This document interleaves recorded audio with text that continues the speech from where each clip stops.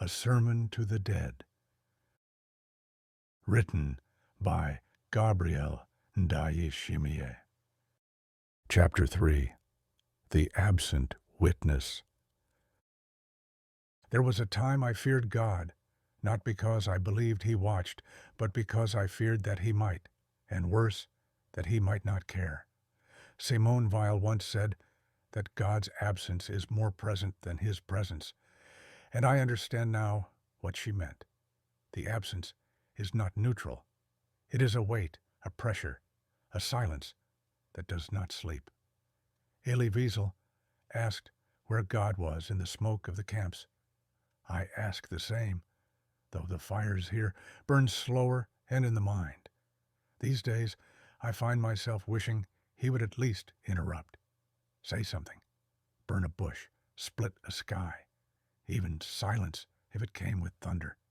Anything but this indifferent stillness, this divine shrug that hovers above us like fog that never lifts. Do you know what it means to be abandoned by heaven? To be so forgotten that not even wrath visits? We have not been judged. We have been ignored. And that, perhaps, is the true punishment, to become too pitiful for even condemnation.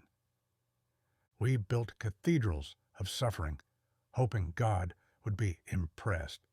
We survived genocide, yes, and we stacked our survival into monuments, declarations that we endured.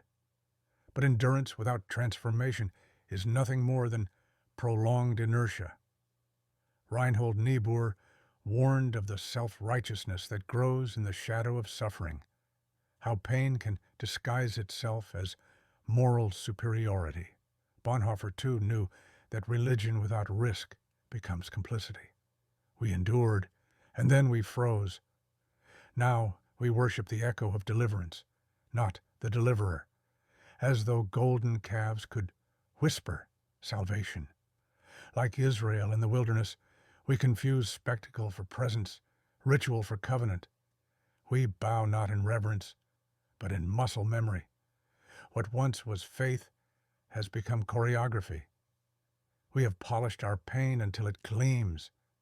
We call it strength, but it is only petrified sorrow, a museum of mourning that no longer invites reflection, only applause. The people say, God saved us. But what kind of God saves a people and then leaves them leaderless in their own hearts? I am no Moses. I lead not to freedom but to repetition. I part no sea. I dig ditches around the camp and call it security. I do not deliver, I maintain. And yet they thank me, and yet they praise him. But I have looked for him in the silence between speeches, in the echo of a child's stare, in the way light fails to enter certain government offices. And what I have found is not absence, but vacancy, not rage, but detachment. It is as if God has moved on, or worse, grown tired. Blaise Pascal once trembled before the eternal silence of these infinite spaces. I tremble too, not out of wonder, but out of dread. And if Kierkegaard's sickness unto death was despair, then ours is terminal. Perhaps God is in exile, or perhaps, like me, he speaks only out of habit now, and no longer expects an answer. Sometimes I imagine him watching us, not with wrath, but with weariness, not the God of thunder, but a God of stillness, hunched over our rituals, like a parent who cannot bring himself to interrupt the child's play, no matter how grotesque the game has become. I think of Ivan Karamazov, who returned his ticket to a heaven built upon the suffering of children. His rebellion was not a denial of God's existence, but a refusal to accept a salvation paid for in innocence. He asked his brother, Alyosha, could any eternal harmony justify the tears of even one tortured child?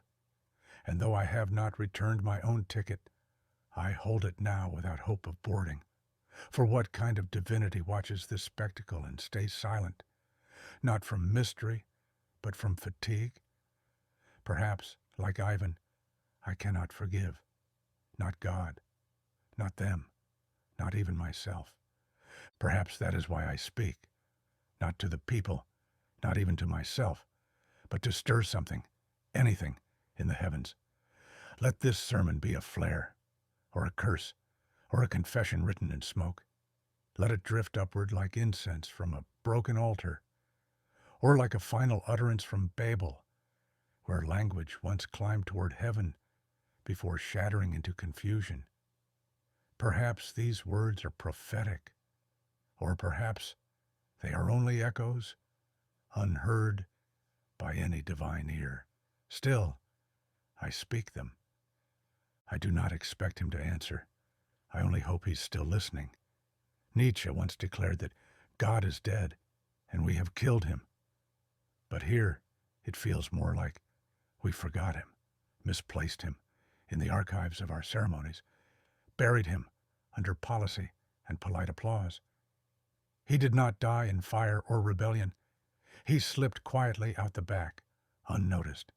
We mourned, perhaps, but only long enough to sculpt a golden silhouette and call it Providence.